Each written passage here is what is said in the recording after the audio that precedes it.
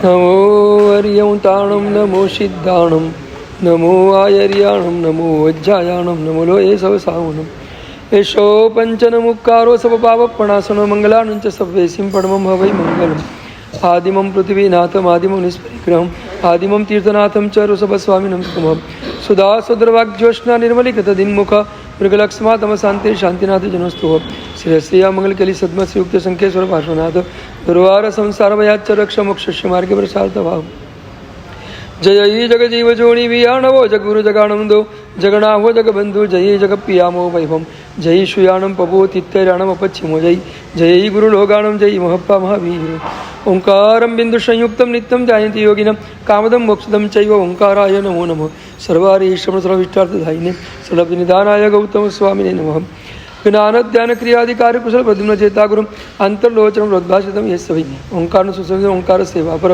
સ્વયં સંયમના સદા વિજયતે શ્રી સિદ્ધિશુરીશ્વર સ્વયં સન્મભદ્રશ્રમ ઓંકાર સૂર્યશ્વર અજ્ઞાનતિમિરાંતરમ જ્ઞાનમ જનશલાકયા નેત્રમુન્મિલિતમ મેન તસ્મૈ શ્રી ગુરવે નમઃ.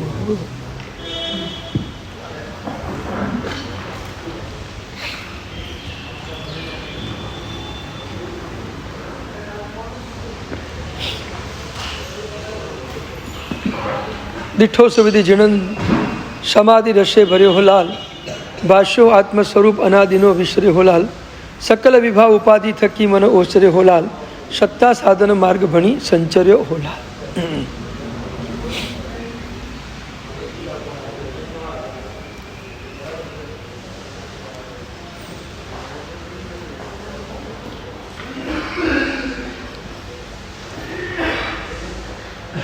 અઢારમી સદીમાં જામનગર શહેરમાં એક એવી ઘટના બની કે એના પહેલાંના કાળમાં મુસલમાનોનું ભયંકર સામ્રાજ્ય, જીન મંદિરો ઉપર એનું ભયંકર આક્રમણ, એટલે પરમાત્માની મૂર્તિઓને જમીનમાં દાટી અને જીન મંદિરને મસ્જિદમાં ફેરવી નાખે. જામનગરની અંદર પણ આવા એક જનાલીને મસ્જિદમાં ફેરવી નખાઈ અને ધીમે ધીમે મુસલમાન બાદશાહોનું આક્રમણ ઓછું થયું અને જૈનોને થયું કે હવે આપણે કંઈક આ જનાલીને પાછું મેળવવા માટેનો પ્રયત્ન શરૂ કરીએ. એ લોકોએ પ્રયત્ન શરૂ કર્યો પણ જોયો તેવી સફળતા ન મળી. રાજાઓને ખૂબ વિનંતીઓ કરી, ખૂબ નિવેદનો કર્યા. સામે છેડેથી પણ એટલા જ નિવેદનોને એટલી બધી વાતો આવી, દરેક પોતપોતાની મજબૂતાઈના પુરાવા આપ્યા. છેવટ રાજાએ કીધું કે એક કામ કરો, તમારા બંનેની વાતમાં હું નિર્ણય કરી શકતો નથી, એટલે આ જગ્યાને હું તાળું મારી દઉં છું અને તાળું માર્યા પછી તમે બંને સંપ્રદાયો વારા ફરતી આવો અને તમે તમારા પરમાત્માના ઈષ્ટદેવને પ્રાર્થના કરો. જેની પ્રાર્થનાથી તાળું ખુલી જાય, આ મંદિર કે આ મસ્જિદ એની, માત્ર તમારી પ્રાર્થનાથી તાળું ખુલવું જોઈએ. તાળું લાગી ગયું.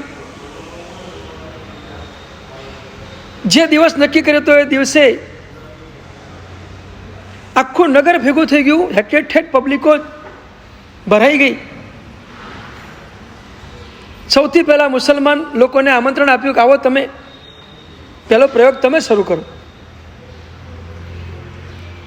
મુસલમાનના બધા મૌલવીઓને બધા આવી ગયા અને લોકોએ કુરાન વગેરે દ્વારા પ્રાર્થનાઓને બંદગીઓ શરૂ કરી.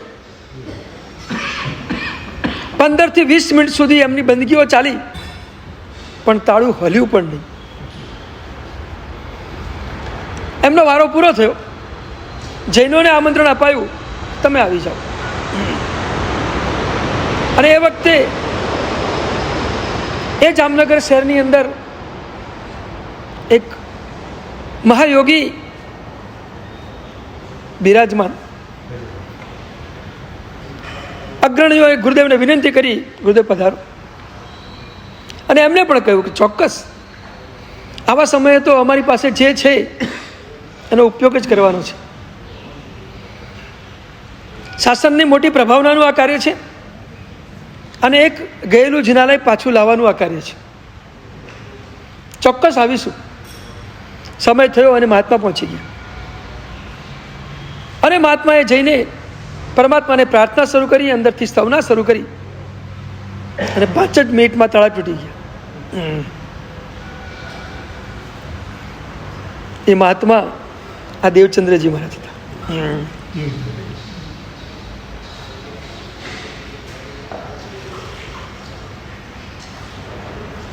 એ પરમાત્માની સ્તવના વખતની એમની જે ભાવધારા હશે, પ્રભુને એમની જે પ્રાર્થના કરી હશે, કેટલી તો અદ્ભુત હશે કે ફટાક કરતા તાળા તૂટી ગયા. 5 જ મિનિટમાં તાળા પૂરા. જય જયકાર થઈ ગયો જૈન શાસનનો. પછી તો બધા ભગવાનને જમીનમાંથી કાઢીને પ્રતિષ્ઠા વગેરે બધું કરાવ્યું. પણ અમે જોવું છે કે આપણે જે મહાપુરુષના સ્તવનનો સ્વાધ્યાય કરવા બેઠા છીએ, મમડાવા અને એનું ગાન કરવા અને પીવા બેઠા છીએ, એ મહાપુરુષ કઈ કક્ષાએ પહોંચેલા હતા. એમની ભક્તિની ધારા,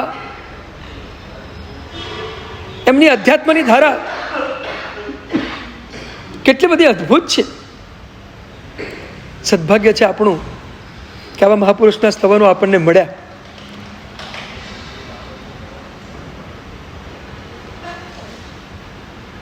અત્યાર સુધીમાં જેટલા મહાત્માઓ થયા, બધા મહાત્માએ ઘણા બધા મહાત્મા સ્તવનોની રચના તો કરી છે. ઘણી બધી ચોવીસીઓ આપણે ત્યાં છે,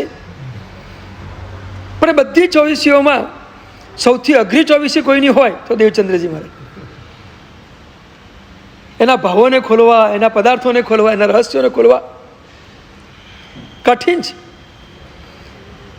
ભક્તિની સાથે સાથે એમને આખો દ્રવ્યાનુયોગ અંદર ઠાલવી દીધો છે, આખો અધ્યાત્મ યોગ ઠાલવી દીધો છે.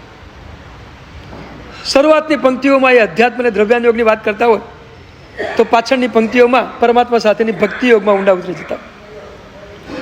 એમના સ્તવનોની અંદર બંને ધારાઓ મળે છે. દ્રવ્યાનુયોગને અધ્યાત્મ પણ મળે અને ભક્તિ પણ મળે.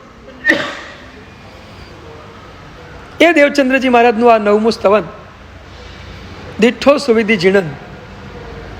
દેવચંદ્રજી મહારાજે પરમાત્માને જોયા, નિહાળ્યા. એમને પ્રભુને કઈ રીતે જોયા, બસ સવાલ આટલો જ છે. આપણે પ્રભુને જોઈએ છીએ, પ્રભુના દર્શન કરીએ છીએ, એમને પ્રભુના દર્શન કઈ ભૂમિકા ઉપર જઈને કરે. પ્રભુનું જે અંતર સ્વરૂપ છે એ અંતર સ્વરૂપને દેવચંદ્રજી મહારાજ જોઈ રહ્યા છે. આપણે પરમાત્માના પ્રતિમાના બાહ્ય સ્વરૂપને જોઈએ, દેવચંદ્રજી મહારાજ પ્રતિમાની ભીતર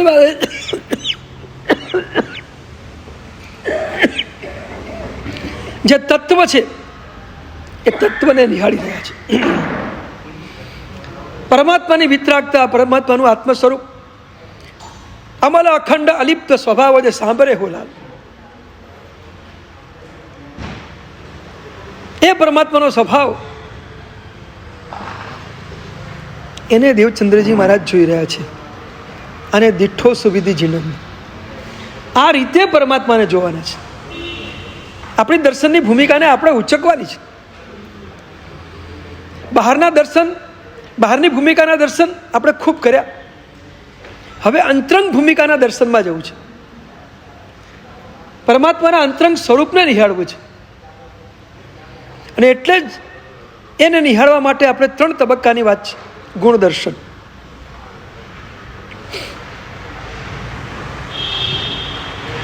દર્શન કરતા આપણો અહોભાવ, આપણો ઉલ્લાસ, આપણી શ્રદ્ધા, આપણો ઉમંગ, આપણું ભીતરનું નૃત્ય શરૂ થઈ જાય. દેવચંદ્રજી મહારાજનું 5મું ભગવાનનું સ્તવન છે. અહો શ્રી સુમતીજીને શુદ્ધતા હતા હરી. ત્યાં અહો શબ્દ બહુ મહત્વનો છે. અહો શબ્દ ભીતરના નૃત્યને બતાવે છે. પરમાત્માની શુદ્ધતાનું દર્શન કર્યું ને દેવચંદ્રજી મહારાજ ભીતરથી નાચી રહ્યા છે. વાહ પ્રભુ, કેટલી અદ્ભુત તારી શુદ્ધતા છે. 5મું સ્તવન બહુ અદ્ભુત છે, પણ થોડુંક બેઝમેન્ટ બનાવીને આ 5મું સ્તવન સીધું તમને કરાવવું થોડું અઘરું પડે એવું છે. ઈચ્છા હતી 5મું લઉં, પણ મને એમ લાગ્યું કે તમને ભૂમિકા થોડી અઘરી પડશે,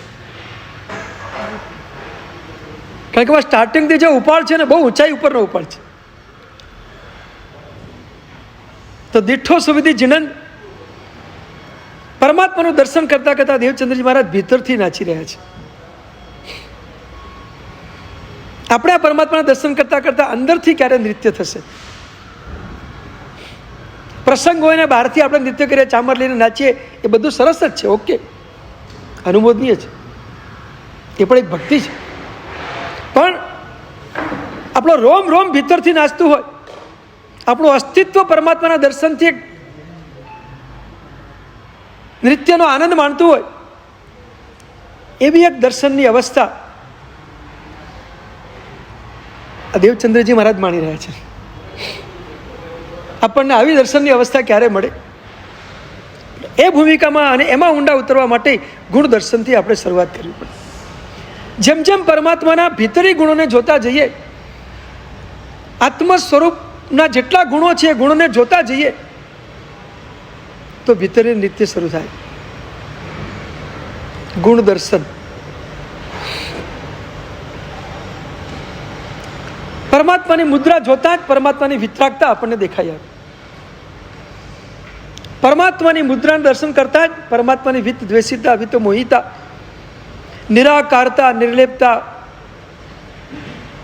નિર્વિકલ્પકતા, નિર્વિકારિતા, આવું જે પરમાત્માનું ભીતરી સ્વરૂપ છે એ આપણને પરમાત્માના મુખના દર્શન કરતા જ જણાઈ આવે. ત્યારે એમ કહેવાય કે આપણા દર્શન હવે ભીતરી ભૂમિકાના શરૂ થયા છે. દેવચંદ્રજી મહારાજ તો દર્શન અનુભવની ભૂમિકા ઉપરથી કરી રહ્યા છે, અને અનુભવની ભૂમિકા ઉપર હતા એટલા માટે તો સીધા અંદર ઉતરી ગયા, તાળા ખુલી ગયા. એમનું અંદર ઉતરવું અને બહારનું તાળા ખુલ્લું. આપણે અંદર ઉતરીએ એટલે બહારની પ્રક્રિયા ઓટોમેટિક શરૂ થાય. આપણે અંદર ઉતરીએ એટલે આપણું પુણ્ય સક્રિય બની જાય. પરમાત્માના દર્શનમાં અને પરમાત્માના ભીતરમાં જે ઉતરે એનું પુણ્ય જબરદસ્ત સક્રિય બને, અને સક્રિય પુણ્ય જ આ બધું કામ કરી નાખે. તો ગુણ દર્શન મજાની ભૂમિકા. પરમાત્માના દર્શન કરતી વખતે એક થોડીક અલગ છલબ વાત કરીએ તો આપણી સામે આદિનાથ પરમાત્મા હોય અને એ પરમાત્માને આપણે દર્શન કરતા હોઈએ તો એ દર્શન કરતી વખતે આપણને મૂડીને આંખે વળગી એવો પરમાત્માનો કયો ગુણ નજર સામે આવે?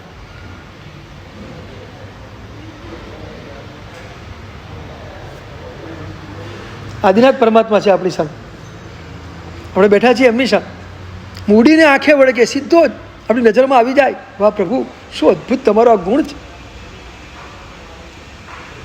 આવા દર્શન કરતાં આપણે શીખવું છે ને, એટલે થોડું પ્રેક્ટિકલ દૃષ્ટાંત ઉપરથી તો તમને ખ્યાલ આવે. પ્રભુ આદિનાથમાં શું જોઈને આપણે અંદરથી અહો ભાવ આમ નૃત્ય અંદરથી શરૂ થઈ જાય. ના ના, એ બહુ મામૂલી વાત થઈ ગઈ. ભીતરી વાત કરવી છે, ભીતરી. હા, પરમાત્માનો પરિણામ અંદરથી જે ચાલતો હોય એને જોઈએ લાગે કે વાહ કઈ હાઈટ ઉપર પ્રભુ ચાલી રહ્યા છે. એમાં મેં સ્પષ્ટપણે ગુણ આપણને દેખાતો. પરમાત્માની આદિનાથ પરમાત્મામાં જોવું હોય ને, પુણ્ય વગેરે જોવું હોય તો બહારની ભૂમિકા છે. પરમાત્માની અંતરંગ સાધના જોઈએ ત્યારે અંદરના ગુણોનું દર્શન થાય, અને એ રીતે જોવું હોય તો એ પરમાત્માનું સરસ મજાનું સમાધિનું દર્શન કરો. દેવચંદી બધા આસ્તાવનમાં કહે છે ને, દીઠો સુવિધિ જીણન સમાધિ રસે ભર્યો હો લાલ. પ્રભુ તમે સમાધિ રસથી ભરપૂર છો. આદિનાથ પરમાત્માના આ સમાધિ રસનું દર્શન આપણને સહજ રીતે થાય. કેવી મસ્ત સમાધિ! દીક્ષા લીધી ને બીજે દિવસે પ્રભુ આદિનાથ વરવા માટે નીકળ્યા. ગોચરી નથી મળતી, પાછા આવે. ત્રીજે દિવસે ગયા, બીજે દિવસે ગયા, ત્રીજે દિવસે ગયા. આપણને ખબર છે 400 દિવસ સુધી ગયા. 400 ઉપવાસ પ્રભુના થઈ ગયા. પણ આપણે વાત એ જોવી છે કે પ્રભુ ગોચરી માટે નીકળે ત્યારે શું ભાવ હોય અને પાછા વળે ત્યારે શું ભાવ, એ ભાવમાં અંતર કેટલું. તમે દુકાને જાઓ ત્યારે મેળવવાની ઝંખનાથી જાઓ અને કદાચ પુણ્યનો સંયોગ બરાબર ન હોય ને ન મળે ને પાછા આવો તો ખાલી હાથે પાછા આવો તો જાઓ ત્યારે અને આવો ત્યારે કંઈ ફરક પડે ભાવમાં? ઘણો બધો ફરક પડે. કેટલો બધો પડે. હા, જતી વખતે ઉલ્લાસથી ગયા, આવતી વખતે નિરાશ થઈને આવતા હોય, હતાશ થઈને આવતા હોય. આ મન તૂટી ગયું હોય, પગ બરાબર દોડતા ન હોય, ચાલતા ન હોય, એવી સ્થિતિમાં પાછા આવીએ તો પ્રભુ જતા અને પ્રભુ પાછા આવતા ગોચરી માટે એ બંને વચ્ચેમાં ભાવોનું અંતર શું? કશું જ નહીં. કોઈ જ ભાવનું અંતર નહીં. બસ સમય થાય અને પ્રભુ નીકળે ગોચરી માટે, પણ એ ગોચરી માટે નીકળે ત્યારે પણ જ્ઞાતા દ્રષ્ટા ભાવમાં હોય અને નથી મળી પાછા ફરી રહ્યા છે ત્યારે પણ જ્ઞાતા દ્રષ્ટા ભાવમાં. ભાવમાં કોઈ ફરક નહીં. જતી વખતે મેળવવાનો વિકલ્પ નથી અને નથી મળ્યો એનો વિકલ્પ આવતી વખતે નથી. કેટલી અદ્ભુત પ્રભુની જ્ઞાતા દ્રષ્ટા ભાવની આ સમાધિપૂર્વકની સાધના છે.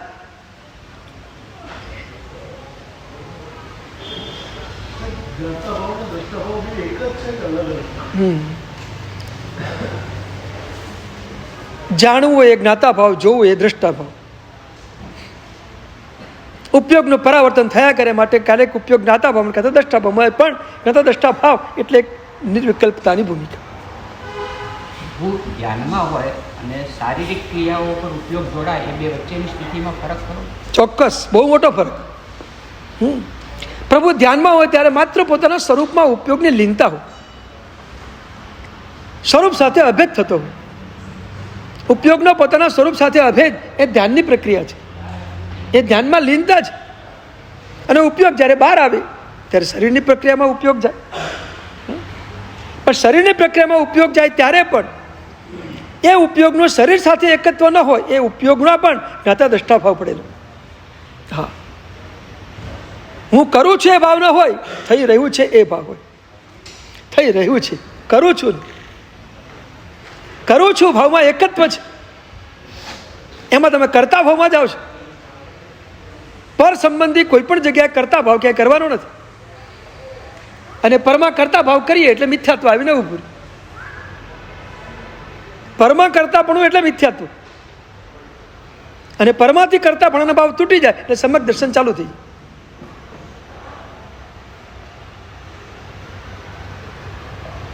એટલે ઉપયોગ જ્યારે શરીરના ક્ષેત્રમાં આવે, બહારના ક્ષેત્રમાં આવે ત્યારે ઉપયોગ ભલે ત્યાં જાય, પણ એ વખતે ઉપયોગના પણ જ્ઞાતા અને દ્રષ્ટા ત્યાં જતા એ જે પરિણામો છે એના પણ પોતે જ્ઞાતા અને દ્રષ્ટા.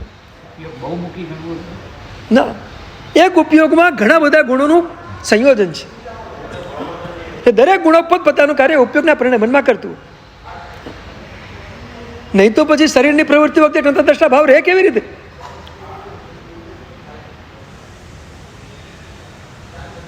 આપણે કોઈ પણ ક્રિયા કરીએ છીએ ને, એ ચારિત્ર ગુણનું પરિણમન છે.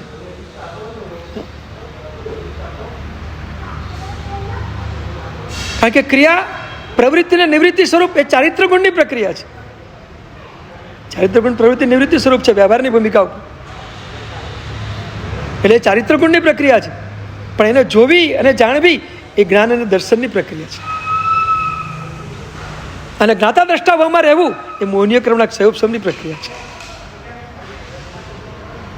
બધું એક સાથે કામ કરે છે, એક સાથે બધું કામ કરે છે.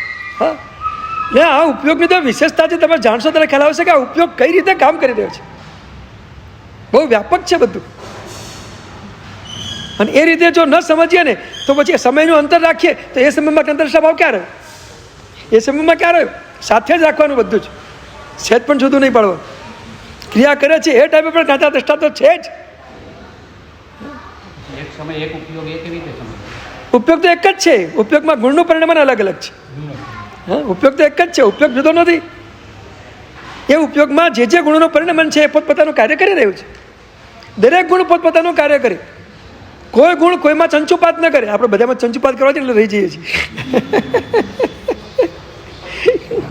પણ આત્માના ગુણોની સ્વતંત્રતા કેટલી બધી મસ્ત છે બધા ગુણોની પોતાની સ્વતંત્રતા છે.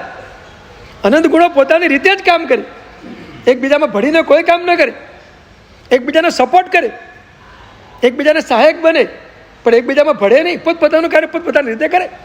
આ આત્માની સ્વતંત્રતા છે, આ ગુણોની સ્વતંત્રતા છે. તમે જેમ જેમ આવા આત્મ સ્વરૂપમાં ઊંડા આવતો હશે ને તેમ તેમ આ બધા પ્રશ્નો અને પદાર્થો આવશે. હજી આપણે આગળ જશું એટલે ઘણું બધું આવશે. એટલે એ વખતે પણ પરમાત્મા જ્ઞાતા દ્રષ્ટા ભાવમાં જ હોય, કર્તૃત્વ ભાવમાં ન હોય. શરીરને કોઈ પણ પ્રવૃત્તિ હોય, કોઈ પણ ક્રિયા હોય, પણ એ જ્ઞાતા દ્રષ્ટામાં હોય, કર્તૃત્વ ભાવમાં ન હોય. થાય કર્મના ઉદયથી થઈ જાય. શરીરની બધી ક્રિયામાં કર્મના ઉદયથી થાય છે, અને ઉદયમાં કર્તૃત્વ હોય ને. આ તો સાધના છે, અને આ સાધના આવી જાય આપણું કામ પતી ગયું, થઈ ગયું, પૂરું થઈ ગયું. એટલે ભગવાન આદિનાથ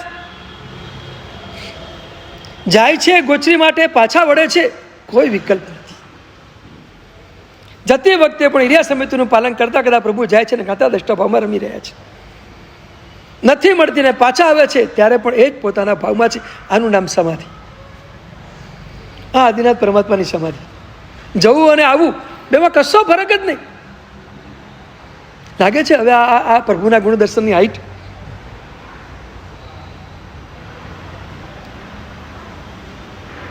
આપણે તો ક્ષણે ક્ષણે ભાવો પલટાયા કરે છે, ક્ષણે ક્ષણે પરિવર્તન છે.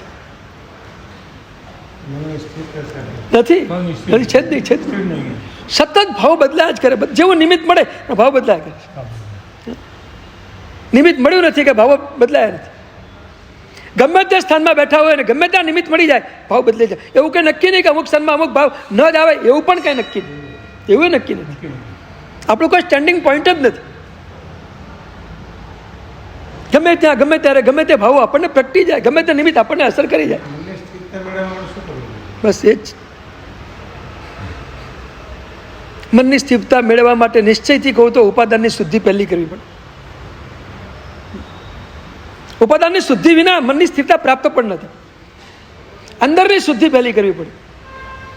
ચિત્તમાં જે સંસ્કારો પડ્યા છે એ સંસ્કારો થોડા ઘણા પણ આગા પાછા ન થાય ત્યાં સુધી તમે મનની સ્થિરતામાં જઈ પણ ન શકો, ન જવાય. અંદરનું અનકોન્શિયસને શુદ્ધ કરવું પડે. કોન્શિયસ નિમિત્ત ઉપર ચાલે છે, અને જેવા નિમિત્ત મળે છે ને જેવા કર્મના ઉદયો અંદરથી પ્રગટે છે એ પ્રમાણે અનકોન્શિયસમાંથી સંસ્કારો બહાર આવે છે. આખી આ પ્રોસેસ છે. ધીમે ધીમે બતાવીશ તમને બધી પ્રોસેસ કઈ રીતે થઈ રહી છે, અંદર કેવી રીતે બધું બહાર આવી રહ્યું છે. આપણને લાગે કે નિમિત્ત મળીને વિચાર આવી ગયો, એમ નહીં. અંદર પડ્યું છે, બહાર આવે છે. અંદર ન પડ્યું હોય તો કંઈ બહાર ના આવે. હા, પડ્યું હોય તો જ આવે. હા, ન પડ્યું હોય તો કશું ના આવે. આપણી ભીતર એટલું બધું પડ્યું છે, એટલું બધું પડ્યું છે, હું તમને સમજાવીશ. બહુ મોટું ગોડાઉન છે આપણી અંદર. એશિયાનું સૌથી મોટું ગોડાઉન એટલે આપણું અનકોન્શિયસ માઇન્ડ. સૌથી મોટું ગોડાઉન અંદર જ છે. અનંત કાળનું બધું સંગ્રહિત થઈને પડ્યું છે. હવે એને ચોખ્ખું કરવું એટલે કેટલી ગજબની સાધના જોઈએ. એ સાધના વિના આપણે એને ક્લિયર ન કરી શકીએ. એટલે તો વારંવાર આ બધું ચિંતન મનન કરવાથી આપણા અંદરના અનકોન્શિયસના સંસ્કારોની શુદ્ધિ થશે.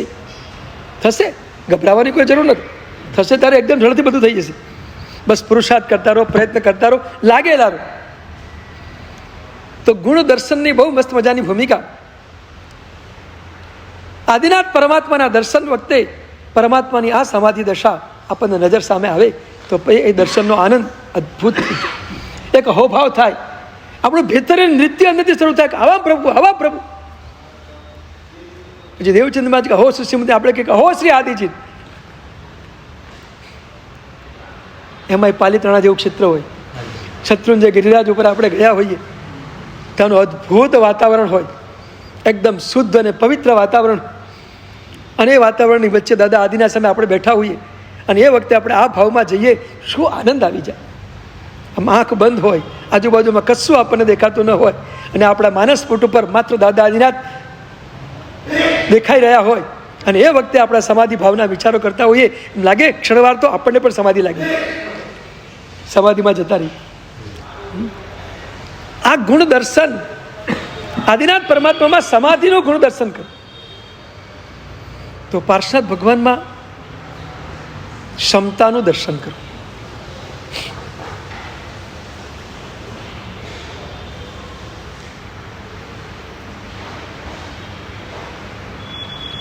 કમઠે ગમે તેટલા ઉપસર્ગો કર્યા, પ્રભુના ક્ષમતા ભાવમાં લેશ માત્ર ફરક નથી, ક્યાંય ફરક નથી. કમઠે ધર્ણેન્દ્રિય ચ શોચિતમ કર્મ કુર્વતી પ્રભુસ્તુલ્ય મનોવૃત્તિ પાર્શ્વનાથ. તુલ્ય મનોવૃત્તિ, તુલ્ય મનોવૃત્તિ. હા હા, એક સરખી મનસ્થિતિ, કોઈ ફેરફાર નહીં. કમઠ હોય કે ધર્ણેન્દ્ર હોય, મારા માટે બે સરખા છે. કારણ કે બે પોતપોતાને ઉચિત કાર્ય કરે છે, તેને કરવા દો. એ એમને ઉચિત કાર્ય કરે છે અને હું મારે ઉચિત કાર્ય કરું. પ્રભુની દ્રષ્ટિ. કમઠ એને ઉચિત કાર્ય કરે છે, ધર્ણેન્દ્ર એને ઉચિત કાર્ય કરે છે. હું શું કરું છું? હું મારા ઉચિત કાર્ય કરું છું. મારું ઉચિત કાર્ય શું છે? આ બંનેને મધ્યસ્થ ભાવે જોવું એ મારું ઉચિત કાર્ય છે.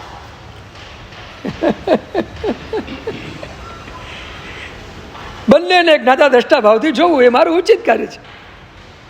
પ્રભુ પોતાનું ઉચિત કાર્ય કરી રહ્યા છે. પેલા બે કરે એમ છે એમ નહીં, પ્રભુ પોતાનું ઉચિત કાર્ય કરી રહ્યા છે અને સમજતો ભાવને ઘૂંટી રહ્યા છે. કેટલો મજાનો સમજતો ભાવ છે.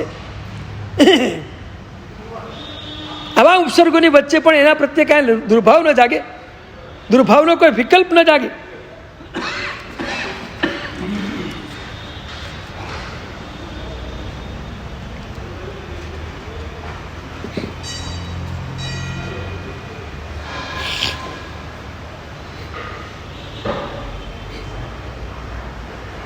સમાધિ અને ક્ષમતા વચ્ચેનો ફરક શું, એવો પ્રશ્ન છે.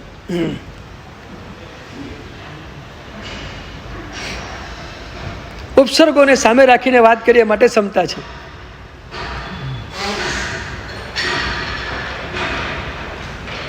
બાકી તો જ્ઞાતા દ્રષ્ટા ભાવમાં રહેવું એ સૌથી મોટી સમાધિ છે. પ્રસંગને ફરકને અપેક્ષાએ થોડો ફરક પડે છે, પરિસ્થિતિને વશ થોડો ફરક છે. બાકી ક્ષમતા એનાથી પણ સમાધિ જ છે. જેટલા ક્ષમતામાં જઈએ એટલા સમાધિમાં રહી શકીએ. તો અલગ અલગ ગુણોના દર્શન માટે આપણે થોડાક ગુણોને અલગ અલગ રીતે જોઈ રહ્યા છીએ. બાકી તો પરમાત્મા એમના અંતિમ ભાવની અંદર જ્યારે પણ દીક્ષા લઈને સાધના કરવા માટે નીકળે, કોઈ પણ તીર્થંકરનો આત્મા, એ બધા તીર્થંકરના આત્માઓ ધ્યાન અને કાર્યોસર્ગમાં જાય એટલે પોતાની સ્વરૂપ સાથે અભેદ કરે અને કાર્ય પ્રસંગે બહાર આવે ત્યારે જ્ઞાતા દ્રષ્ટા ભાવમાં રહી અને એ કાર્યને નિહાળ્યા કરે. કાર્ય તો ઉદયથી થયા કરે, ઉપયોગનું કામ છે માત્ર કાર્યને જોવા અને જાણવા. મોટા ભાગે છઠ્ઠે ગુંઠાણે હોય કે સાતમે ગુંઠાણે? મોટે ભાગે સાતમે ગુંઠાણે, ક્યારેક જ છઠ્ઠે આવે. આમ તો હિંડોળા જેવું છે છઠ્ઠું સાતમું, પણ તીર્થંકર પરમાત્મા માટે એમ કહેવાય કે છઠ્ઠું ઓછું ને સાતમું વધારે. સાતમામાં છઠ્ઠામાં ઉપયોગ થોડો બહાર જાય તો પ્રભુનો ઉપયોગ પણ ક્યારેક ક્યારેક બહાર જાય. બાકી ધ્યાનસ્થ અવસ્થામાં હોય ત્યારે તો ઉપયોગ ભીતરમાં જ રમતો હોય. ઉપયોગ બહાર જાય ત્યારે છઠ્ઠું સમજવાનું, ઉપયોગ અંદર અભેદ કરે ત્યારે સાતમું સમજવાનું. અપ્રમત્ત અવસ્થા છે. વિકલ્પમાં પણ પ્રમાદ નથી, વિકલ્પ એક પ્રમાદ છે. અપ્રમત્ત અવસ્થામાં કોઈ વિકલ્પ જ નથી. એની એવી એક નિર્વિકલ્પક અવસ્થા છે અને એટલા માટે એમાં પોતાની સાથે અભેદ છે. જ્યાં અભેદ આવશે ત્યાં નિર્વિકલ્પકતા આવશે. જ્યાં ભેદ છે ત્યાં વિકલ્પ છે, જ્યાં વિકલ્પ છે ત્યાં ભેદ છે, જ્યાં નિર્વિકલ્પકતા છે ત્યાં અભેદ છે. તો પાર્ષદ પરમાત્માની ક્ષમતા.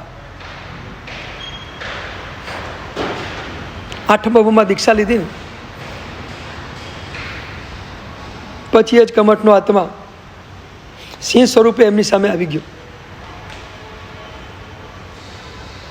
અને ચક્રવર્તી બનીને દીક્ષા લીધેલી આઠમા ભાવમાં ભગવાન પાર્ષદ ચક્રવર્તી થઈને દીક્ષા લીધી છે.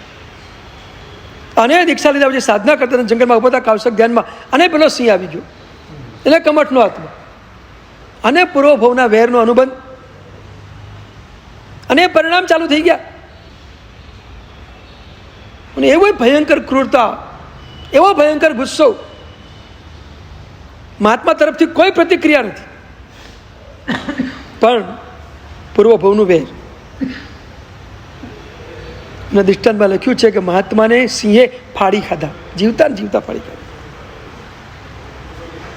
તો પણ પરમાત્માની ક્ષમતા ક્યાંય ચલિત નથી થઈ. પ્રભુ એ ઘટનાને પણ જાતા દ્રષ્ટા ભાવથી જોઈ રહ્યા છે. યા તો અભેદ છે પોતાની સાથે, કદાચ ઉપયોગ બહાર આવે તો જોઈ રહ્યા છે, કશું જ નહીં, કોઈ પ્રતિક્રિયા નહીં. એના પ્રત્યે લેશ માત્ર દુર્ભાવની ઉદય છે, અને ઉદય પ્રમાણે થઈ રહ્યું છે, મારું કામ માત્ર જોવાનું છે.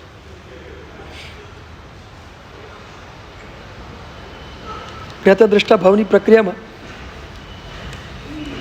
એક વાત કહું, બીજાના જીવનની ઘટના જોવી અને જાણવી માત્ર એ સહેલી છે, પણ પોતાના જીવનમાં બનતી આ બધી પ્રતિકૂળ ઘટનાઓને જ્ઞાતા દ્રષ્ટા ભાવથી જોવી અને જાણવી બહુ અઘરી છે, ખરેખર અઘરી છે. નહીં લઈ શકીએ આપણે એ રીતે. આપણી પોતાની ઘટના આપણા જીવનમાં બનતી, શરીરમાં બનતી કોઈ પણ ઘટનાને આપણે જ્ઞાતા દ્રષ્ટા ભાવથી જોઈ શકીએ, આ સાધના ખૂબ અઘરી છે. બીજાના માટે હજુ કદાચ આનો ઉપયોગ આપણે કરી શકીએ જો થોડીક હાઈટ ઉપર પહોંચ્યા હોય તો, બાકી પોતાના જીવન માટે કરવું બહુ અઘરું છે. તો ભગવાનના જીવન ચરિત્રમાં ડગલે ને પગલે પોતાના જીવનમાં પ્રતિકૂળતાઓ અને ઉપસર્ગો વચ્ચે પણ આ જ્ઞાતા દ્રષ્ટા ભાવમાં ભગવાન ટકી શકે છે, એ બહુ મહત્વની સાધના છે. અને એટલે જ પરમાત્મા ક્ષણે ક્ષણે અદ્ભુત નિર્જા કરી રહ્યા છે. એમનો નિર્જા થોડી થાય, આવા કર્મોની નિર્જા કરવી, આ જ્ઞાતા દ્રષ્ટા ભાવ. ભગવાન પાર્શનાથમાં આપણને આ ક્ષમતા ભાવ આ રીતે જોવા મળે છે. ત્યાંથી પ્રભુ દસમા પ્રાણવ દેવલોકમાં ગયા, ત્યાંથી સીધા પાર્શનાથ ભગવાન તરીકે એમનું ચવન થયું. તો પાર્શનાથ પરમાત્મામાં આ ક્ષમતા જુઓ, આદિનાથ પરમાત્મામાં સમાધિ જુઓ, અને જે પ્રભુના શાસનમાં આપણે બેઠા છીએ એ ભગવાન મહાવીર સ્વામીના જીવનમાં નિર્લેપતા જુઓ.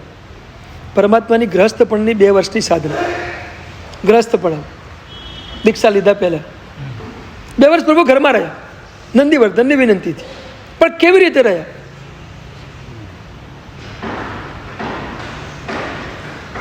અત્યંત નિર્લેપતા, ઘરની સાથે કોઈ સંબંધ નથી, બધા સંબંધ કટ ઓફ કરીને ઘરમાં રહ્યા 2 વર્ષ. ન પુત્ર સાથે સંબંધ, ન પતિ સાથે સંબંધ, કોઈની સાથે કોઈ પ્રકારનો સંબંધ, માત્ર રહેવાનું ઘરમાં, એ સિવાય સંબંધ કશો જ નહીં.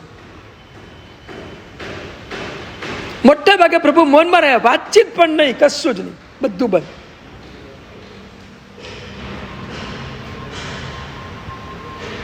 આ રીતે 2 વર્ષ, 1-2 દિવસ નહીં પણ 2 વર્ષ આવી નિર્લેપ અવસ્થા. બસ માત્ર ભોજનના સમયે જે આપે ભોજન કરી લેવાનું, એથી બીજી કોઈ વાતચીત નહીં, કશું જ નહીં. એ પોતાની રૂમમાં બેસીને પોતાની સાધના કર્યા કરો.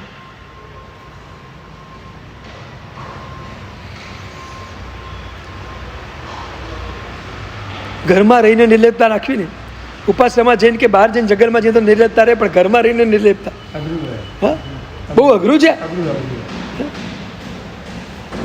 પરમાત્માના આ બધા ગુણોને આપણે જોઈએ તો લાગે કે કેટલી પરમાત્માની જબરદસ્ત અંતરંગ ગુણોની આ સાધના છે. તમે એક પરમાત્માને આ સ્વરૂપે જોશો ને, તે પરમાત્મા પ્રત્યેનો આખો એક ભાવ તમારો અંદરથી બદલાઈ જશે. એ દર્શનનો આનંદ, દર્શનની ભૂમિકા જ બદલાઈ જશે. જ્યાં ગુણના દર્શન કર્યા ત્યાં પ્રભુમાં આપણું ચિત્ત, આપણો ભાવ, આપણો ઉપયોગ ડૂબી જશે.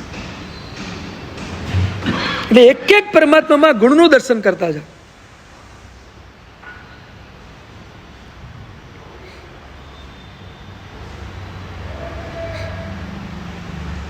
પચાસ વર્ષથી એક પંડિત દર્શન કરવા જાય નહીં. એના માતા પિતાએ ઘણી વાર કહ્યું, બેટા પ્રભુના દર્શન કરવા તો જા. મને કોઈ ભાવ થતો નથી, હું નહીં જોઉં, નહીં જોઉં. કેટલી વાર દીકરાને કહ્યું હવે તો જા, હવે તો જા, કોઈ દિવસ માન્યું જ નહીં અને દર્શન કરવા જ નહીં ગયું. આજે એની 50મી સાલગીરા હતી અને 50મી સાલગીરા નિમિત્તે માતા પિતા એટલું કહ્યું, દીકરા તને 50 થયા, આજે 50મો તારો જન્મદિવસ છે, કમસે કમ આજે તો પરમાત્માના દર્શન કરીને મંગલ કર, આટલું તો અમારું માન રાખ, કમસે કમ 50 વર્ષમાં નથી રાખ્યું, એક દિવસ તો તું માન.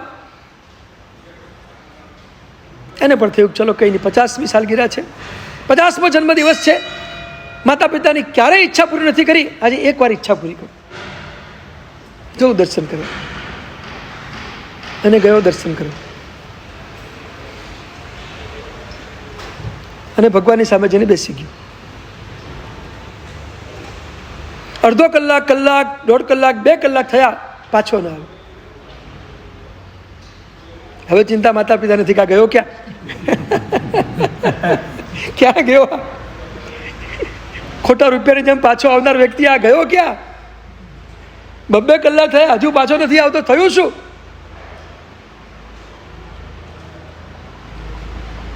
ત્રણ કલાક પસાર થયા, માતા પિતાને ચિંતા થઈ ગઈ, આની તપાસ કરવી પડશે, ક્યાંય આપઘાતના રસ્તે તો નથી ગયો ને, બાજુ દુઃખ લાગ્યું. તપાસ કરતા ખબર પડી કે મંદિરમાં જ છે. માતા પિતા ત્યાં ગયા, તેને દીકરા ચાલ હવે બોલાવા ગયા. પેલા મોકલતા હતા, હવે બોલાવા ગયા. જો આ મોહની કળા બહુ ન્યારી છે. કર્મની કળા તો ન્યારી છે, પણ મોહની કળા બહુ ન્યારી છે, બહુ ન્યારી છે. આ મોહરાજા આપણને ખબર ન પડવા દે કે ક્યારે કયા રંગમાં, કયા નાટકમાં આપણને લઈ જાય, કંઈ કલ્પના ના. નાટક છે આ બધું મોહરાજાનું, અને આપણે રોજ ભજવી રહ્યા છીએ, પાત્ર બનીને ભજવી રહ્યા છીએ. ચાલ હવે તું. અને દીકરો કે છે, પિતાજી માતાજી તમારો ખૂબ આભાર, ખૂબ ઉપકાર કર્યો તમે મારા ઉપર. આજે 50મી વર્ષગાંઠ નિમિત્તે તમે મને દર્શન કરવા મોકલ્યો, ખૂબ આનંદ, તમે મને મોકલ્યો, ખૂબ આભાર. પણ હવે દિલગીરી સાથે કહું છું, હવે હું ઘરે પાછો નહીં.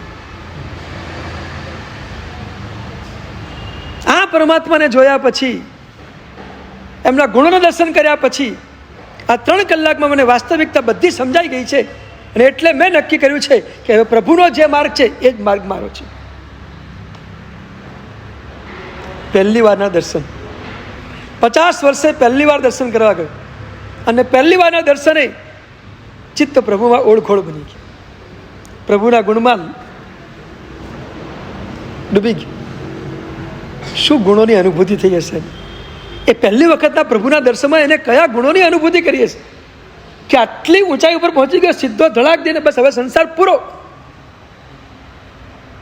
હવે ઘરે નહીં જવાનું, હવે આ જ માર્ગ ઉપર ચાલવાનું. પ્રભુ જે માર્ગ ઉપર ચાલ્યા એ જ ગુણના માર્ગ ઉપર, એનો જ આનંદ લૂંટવાનો. એક દર્શનમાં આટલો બધો આનંદ આવે, આપણે રોજ જઈએ છીએ. આ દર્શનનું નિત્ય, આ દર્શનનો આનંદ, આ ગુણ દર્શનની ભૂમિકા છે. હજી તો પહેલી ભૂમિકાની વાત કરું છું. આના પછીની વાત કરવી છે ગુણાનુસંધાન અને ગુણ લીનતા. 2 મજાના ગુણો, 2 મજાની ભૂમિકાઓ આગળ ઉપર જોઈ છે આપણે. પણ પહેલા ગુણ દર્શનને ક્લિયર કરો, જાઓ પરમાત્માની પાસે અને જોયા જ કરો, જોયા જ કરો, જોયા જ કરો. તમે જેટલા જોતા જશો ને એટલા ભાવો અંદરથી વધુ ને વધુ પ્રગટ થતા જશે. આ જગતનું શ્રેષ્ઠ આલંબન પરમાત્મા છે.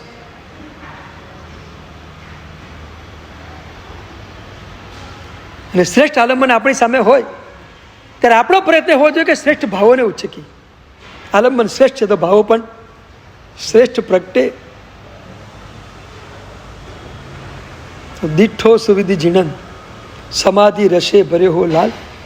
દેવચંદ્રજી મહારાજને પરમાત્મામાં સમાધિ રસનું દર્શન. પ્રભુ તમે કેવા સમાધિ રસથી ભરપૂર છો, આ પણ ગુણનું દર્શન છે. અને આપણને કહી રહ્યા છે કે તમે આ ગુણ દર્શનમાં ડૂબો.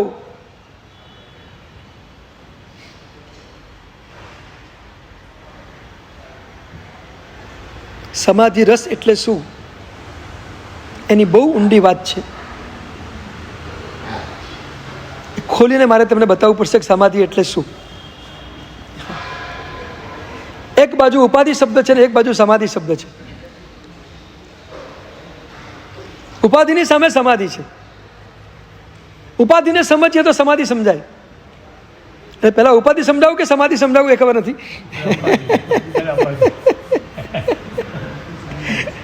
આપણે એક એક શબ્દોની ભીતરમાં જવું છે, એક એક શબ્દની ભીતરમાં જવું છે. કારણ કે દેવચંદ્રજી મહારાજનું આ સ્તવન છે, બહુ ઊંચાઈને બહુ ઊંડાઈથી લખાયેલું આ સ્તવન છે. એટલે એક એક શબ્દોને ખોલવા છે.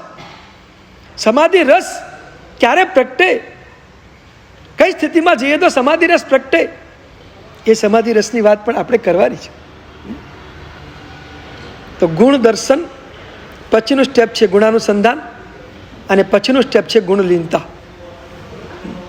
પરમાત્માને નિહાળવાના અને પરમાત્મામાં ડૂબવાના આ ત્રણ ભૂમિકા. એક ગુણ દર્શનની ભૂમિકા આપણે ક્લિયર કરી, ગુણાનુસંધાન બીજા નંબરની ભૂમિકા છે. આ સમય થઈ ગયો છે. અડધો પોણો કલાક તો ક્યાં પૂરો થાય છે.